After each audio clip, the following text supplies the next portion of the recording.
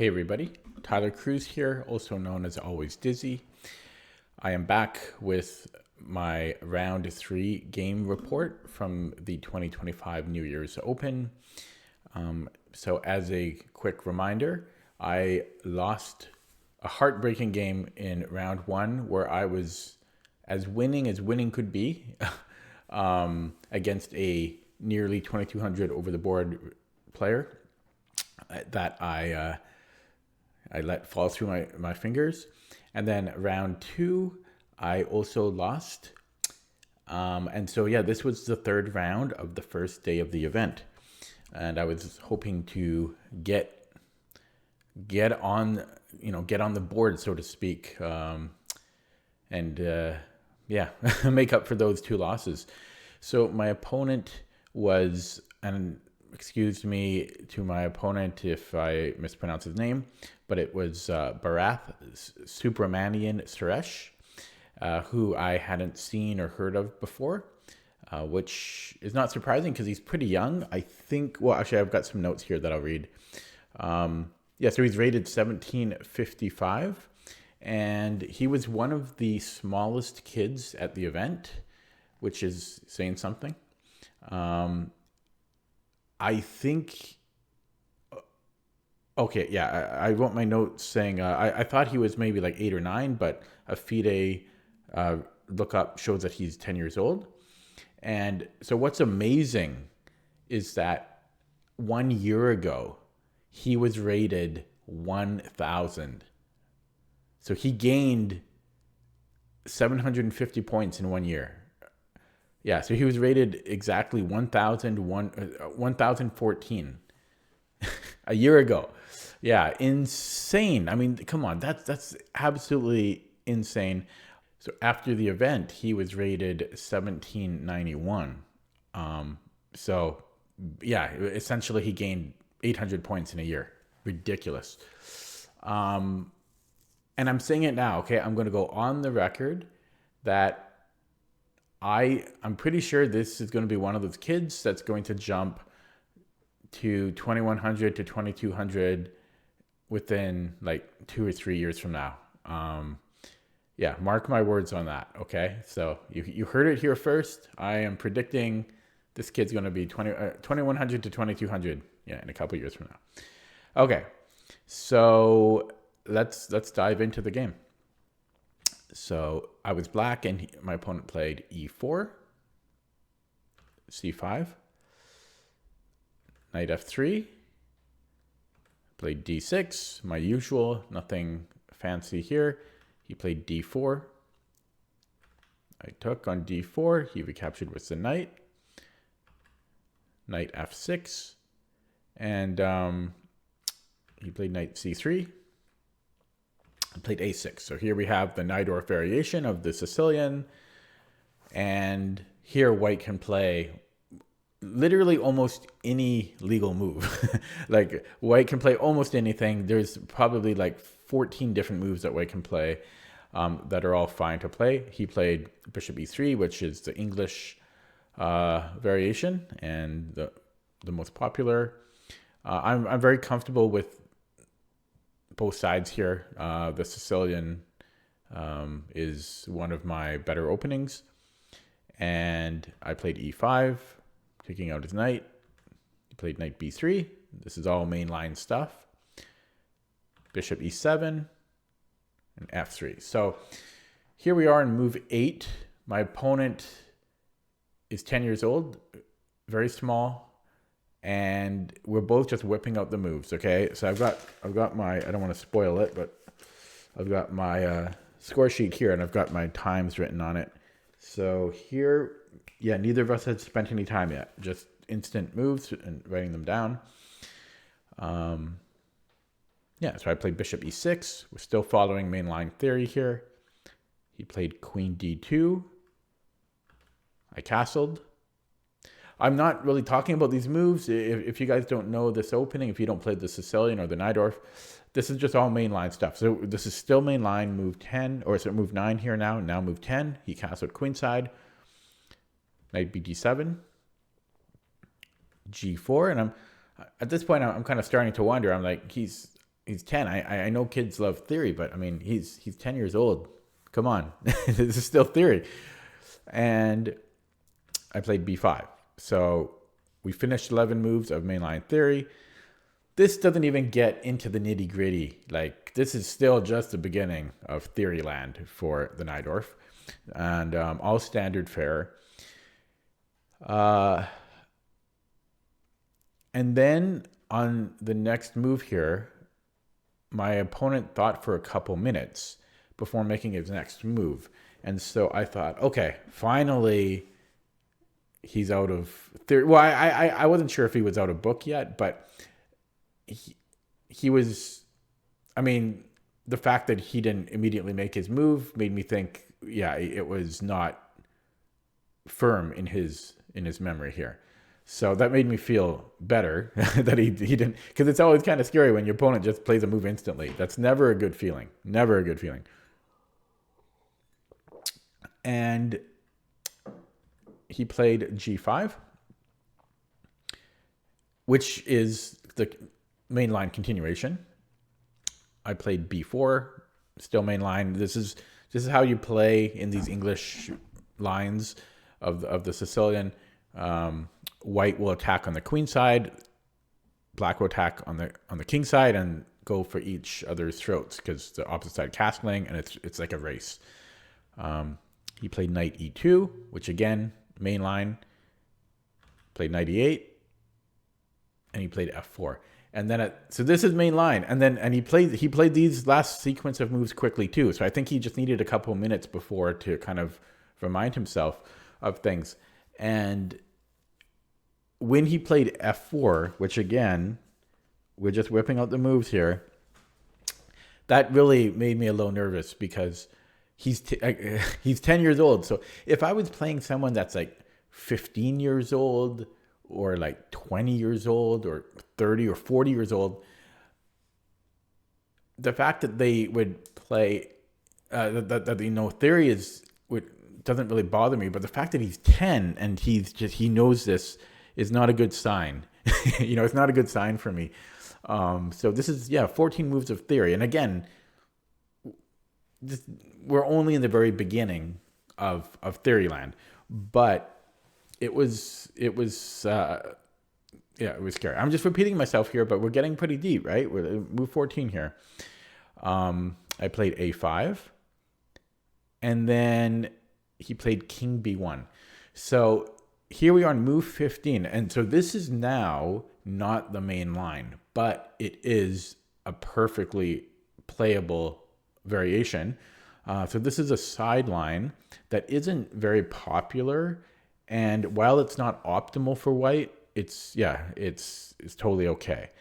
Now, admittedly, I've rarely encountered this king b1 move, so I don't know it very well. And so future opponents, there's your big tip against me. Although if you play it, I've looked at it now, right? So don't play it against me. No, but I'm always paranoid about that. But obviously after my games, I will analyze these are the lines. But yeah, so he played this king b1, which is, I've seen it before, they say, but I just don't know it super well. And in these sharp openings, move order differences and sidelines and variations make a huge impact on things. So yeah, I had to be careful here. I played a4. This is still theory, and he played knight bc1, because where else is it going to go? You don't want to put it on a1. So here we are on move 16, and then I thought for a very long time here. So as a reminder, the time controls for this tournament were 50 plus 5, right? 50 minutes and 5-second increment. So I thought for 10 minutes here, which is a huge chunk of my time. Now, fortunately, I could afford to do that because I had played all my other moves instantly. I had 49 minutes. I had spent like a total of like 1 minute to get here. Yeah, and so after my reply here, I went I went down to, I spent 10 minutes on it. And the reason I spent so much time here is because the more I looked at this position, the more I realized that king b1, it created a different landscape on the board than I'm used to in these positions. Like there was a bunch of little subtleties that were not adding up to me, right?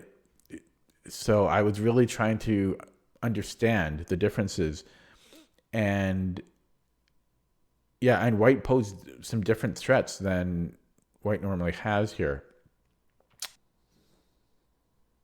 Yeah, because so normally when white's knight goes to c1 in these lines, I like to continue with a3, and then after b3,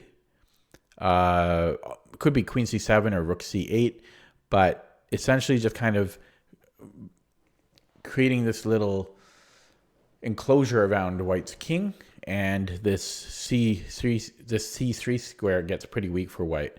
So we long term you can even put a queen on f6 and have mate threats. So I was looking at stuff like that, but the difference in this position with my opponent's move order is this f4, right? I mean, or when he played f4, it now threatens f5. Like again, so f4 is normal. F4 is normal, but yeah, there's a difference in this move order where he can now threaten f5. That's a huge threat. I mean, that's and normally white doesn't have that. So I was really confused. And I'll show you a few lines that I was kind of thinking of here or scared of. And yeah, so let me show them. So if I start with a3, and then he plays f5 immediately, I was looking at a takes b2, king takes b2, and then bishop c4. This just looked very scary to me when white has two pawns on the fifth rank, two connected pawns on the fifth rank here. I know that white's king is exposed and weak, but it's not so easy to attack it. But yeah, this, I didn't want to get into this. This didn't really tickle my fancy. Is that a phrase? And let me show some other lines here. So, and again, if after a3, if he plays b3, after e takes f4, bishop takes f4, I didn't like the isolated d pawn. I didn't like this isolani here, on d5 or on d6 here for black. But Stockfish 17 says the position is equal. But yeah, I just didn't like that. It just seemed like way too much pressure on my d pawn, and it felt very uncomfortable. So I didn't like that. And what other line here did I have? Yeah, and if instead of a3, if knight c7, then f5, right? And white is better here.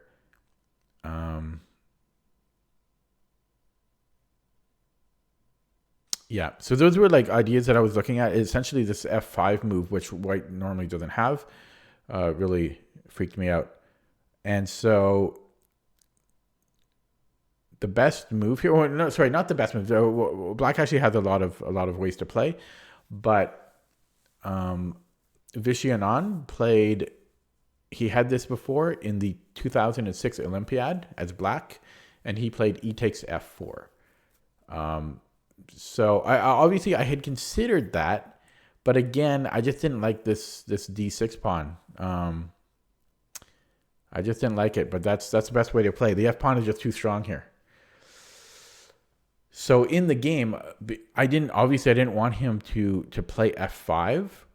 So I played f5 myself. And it's not a move that I did easily. I mean, as I said, I spent 10 minutes on it because it weakens my king, right? My king's a bit exposed and it just weakens my pawn structure. But I just didn't see another good option. Maybe, yeah, I mean, again, I kept looking at this, but I just did not like the d6 pawn and felt very uncomfortable with that. Yeah, so I played f5, which was a mistake. I should have trusted my instincts, I guess. And yeah, it's just too structurally weakening. There's nothing immediate. But it's just a long-term weakness. And now white has more ways to kind of poke and prod his way into my my king side here. And my opponent played bishop h3, putting pressure on f5 and x-raying on e6 here. Did I mention my opponent was 10 years old? Okay, and also good, instead of bishop h3, was e takes f5. Bishop takes f5, knight g3, tempo on my bishop g4, and then bishop e2. And white is just continuing his attack slowly but surely. So that would have been fine for white as well. After bishop h3, I went knight c7, just starting to untangle my pieces here a little bit. And he took on f5. So e takes f5. And I recaptured. And we traded. Knight g3, tempo on my rook. I played rook f8. And he played f5. So it's kind of funny. I played f5 to prevent him from playing f5, but he got it in anyways. With a different pawn. Yeah, so I wasn't loving this. I played d5, just pushing. I mean, he's attacking on the flank, so opening up the center, getting more space, opening up my dark squared bishop. He played f6. I took, and he recaptured. And then I had 3 different ways to recapture here. But which way, right? And I'm just going to see how much time I had at this point. At this point, I was down to 27 minutes. Well, actually 31 minutes, and my opponent had 34. Yeah, so which way do I recapture? I took with the knight. And it's probably the most natural way, I would think. Like if this was a bullet game or a blitz game even, knight takes f6 seems very natural. We are controlling the d-pawn with 3 times. And we just improve the knight a little bit further up the board, so on and so forth. But this was wrong. So I chose the wrong. I had 3 options, and I chose the worst one. Rook takes f6 was what was needed to play. It was the clear best way to play, and it's pretty simple. And this was a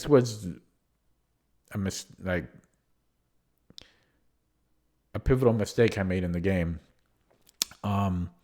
because if white plays bishop h6, we can play rook g6, and we are fine here. We can put our bishop back on f8, and maybe even just put it on g5. And our rook can't get attacked anytime soon. So our king is a bit exposed, but if we can fend off white's attack here, we have an attack of our own. So this would have been equal.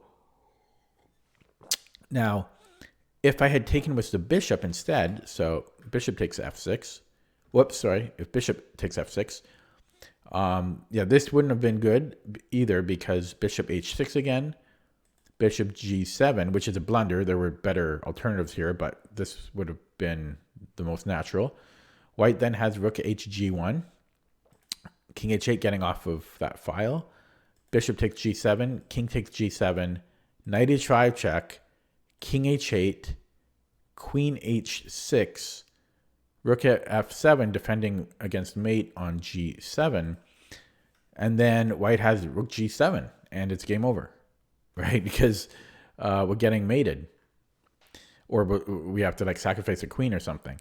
So yeah, so bishop takes f6 wouldn't have been good either.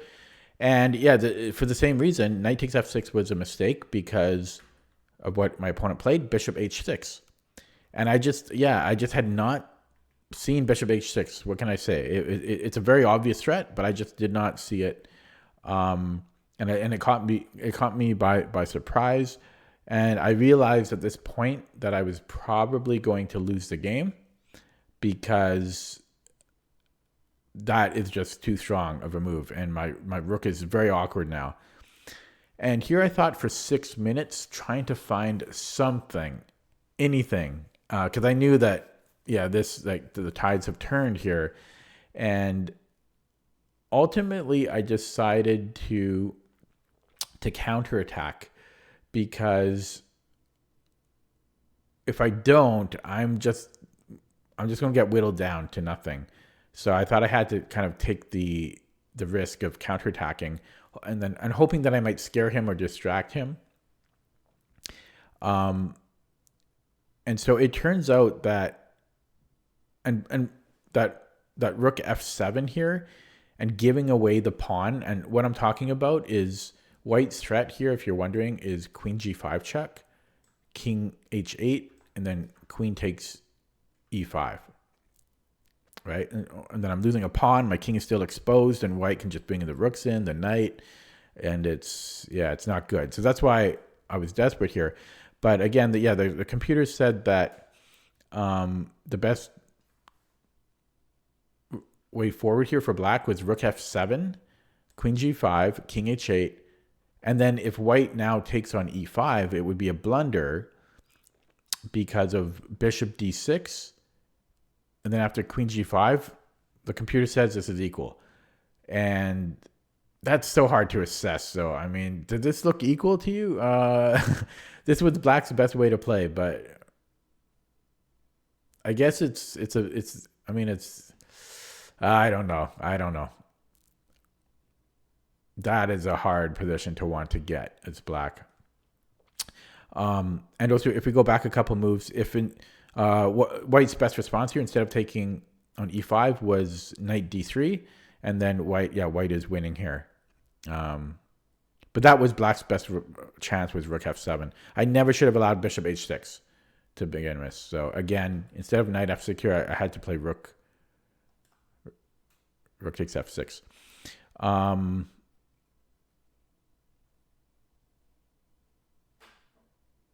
Where was I here? Oh yeah, so the move I played to try to get counterplay here was a3, which really doesn't do anything, but I had to try something, and it actually did pay off, because my opponent blundered here and played b3, which is, I guess it's natural, but the problem is, and by the way, my opponent thought for 11 minutes here. So my a3 counterattack move really did pay off, because not only did it make him make a blunder, but he burned a lot of time, man. 11 minutes in a 50+5 game. And yeah, so he spent 11 minutes, and I did scare him. And now the evaluation is close to equal at this point. Because white constantly needs to worry about this b2 threat, right? If my queen gets a b2, it's checkmate. And to a lesser degree, the c3 square. So the problem, though, is ultimately my follow-up here was wrong, unfortunately. So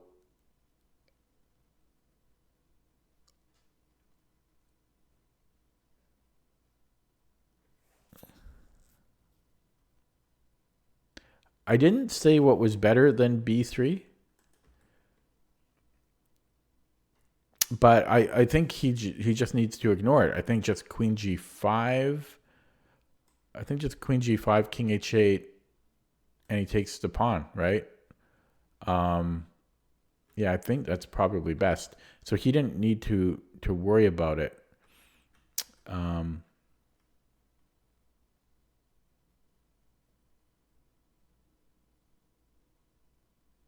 Yeah, sorry, we're losing my spot here.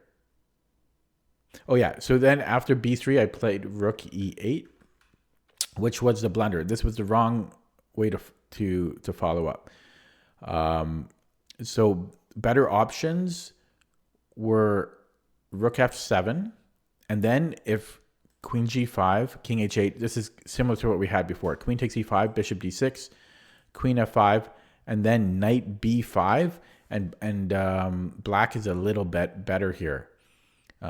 It's a pretty chaotic position, but again, having provoked b3, it's a little bit different now. We have knight c3. We have like the queen getting to knight c3, or the queen getting to c3. So that would have been the better way to play. Also, instead of rook f7, there was also king h8, and after bishop takes f8, this is apparently equal. So after rook e8, my opponent played queen g2, which was the best move, setting up a discovered check on my king. I played king f7, and yeah, I thought I had a realistic king walk here, because that's actually a very safe pathway for my king.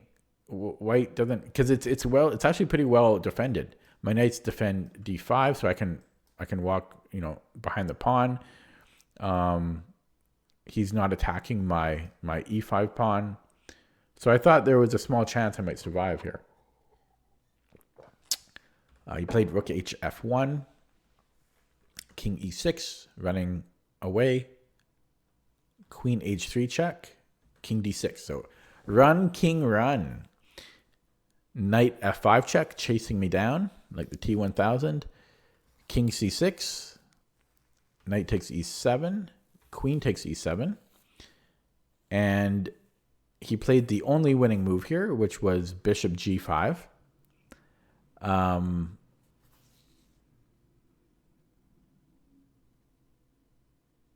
Yeah, because if he doesn't keep pressure on, I'm actually up a pawn here, and his king has problems too.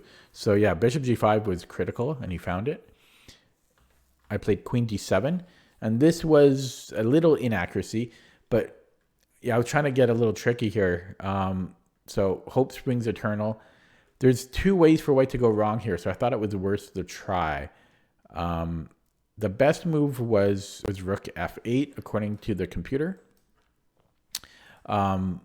where when queen h4 needed to be played for white to hold the advantage.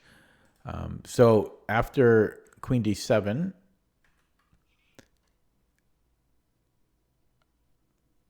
yeah, so so first of all, on the clock, my opponent was down to 15 minutes. He was down to 18 minutes at this point. I was down to 15. So yeah, just hoping that he takes the knight, and then I can take his queen, or hoping that he trades queens and then I can take with my knight, and then I'm up a pawn and no problems.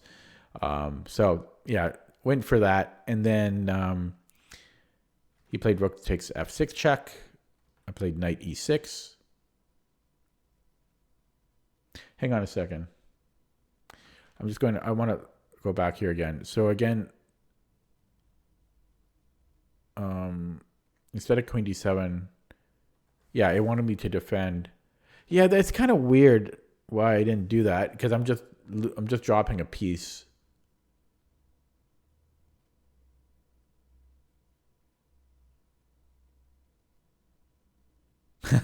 I'm curious. I'm going to turn on the engine here, because I'm curious about the eval with what I did. Yeah, no, I was completely losing here, regardless. Because rook f8, yeah, sorry, queen h4, yeah, right. Because he gets it back this way anyways. I think I saw that in the game. I just forgot about it now. So I thought it was kind of pointless to play rook f8, because he just has queen h4 here. So that's why I decided might as well try for a trick. And yeah, so he took on f6, knight e6. Otherwise, he can, if I move the king, he can trade. Well, actually, my only other move here is to block with the rook, but I didn't want to trade, right? Because I'm down material here. So I want to avoid trading. So I played knight e6. He played rook df1, keeping the pressure on. King b5, getting out of the pin. Queen d3 check. I went king a5. Played rook d1. Played d4. He played bishop d2. And rook a c8.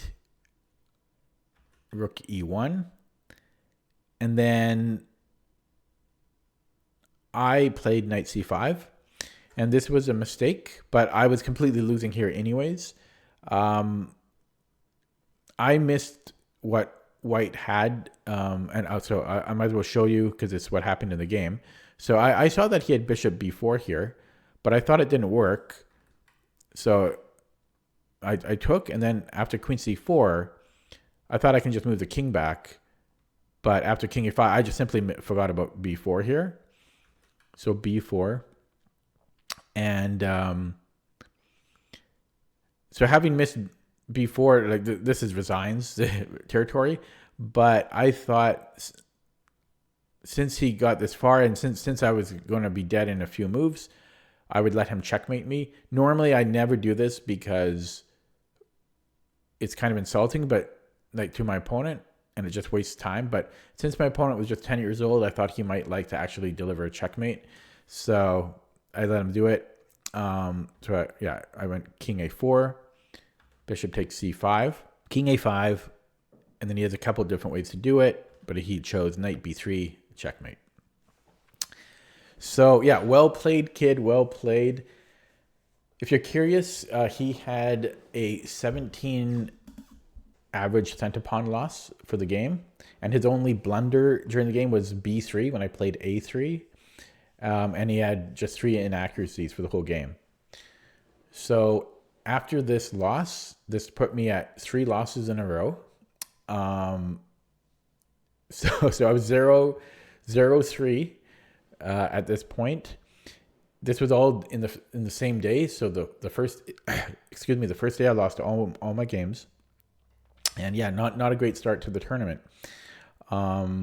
Fortunately, there were 6 rounds to go. That's the beauty of a 9-round tournament. You can have a terrible start. You can even lose like your first, like half of your. You can lose like the first 5 games and still be able to come back, right? I actually didn't mind this loss too much. It was the first round that I really didn't like losing. Yeah, but I didn't mind this one too much because I know that my opponent is going to be very strong. Like he's going to be high rated soon. I just know. And at the same time, I should be penalized for not like for playing f5 and not remembering theory, and just I should not have played f5 in the opening. Like I'm very hard on myself with opening theory, and especially on openings that I should know, like the Najdorf. Like I should not have played f5 there, so I deserve the loss just for that alone, honestly. And after this tournament, a week later, he played in another tournament that I didn't go to, and he played in the under 1800 section, and he won that section with a perfect score of 5-0. So after that, he's now rated 1843, well on his way to 2100 or 2200 or beyond. So yeah, he gained 92 points after this game, or yeah, in the next tournament right after this game. So he's gained now 850 points in a year. Come on, 850 points in a year. Okay, crazy. So yeah, good job to my opponent. And again, I honestly did not mind this loss. Yeah. So that's it for this round. I will be back with round 4 soon. Will I come back? Will I get another loss? Will I get a draw? We'll see. But so far, terrible tournament. Yeah, thanks for watching. If you enjoyed the video, feel free to subscribe. See you next time.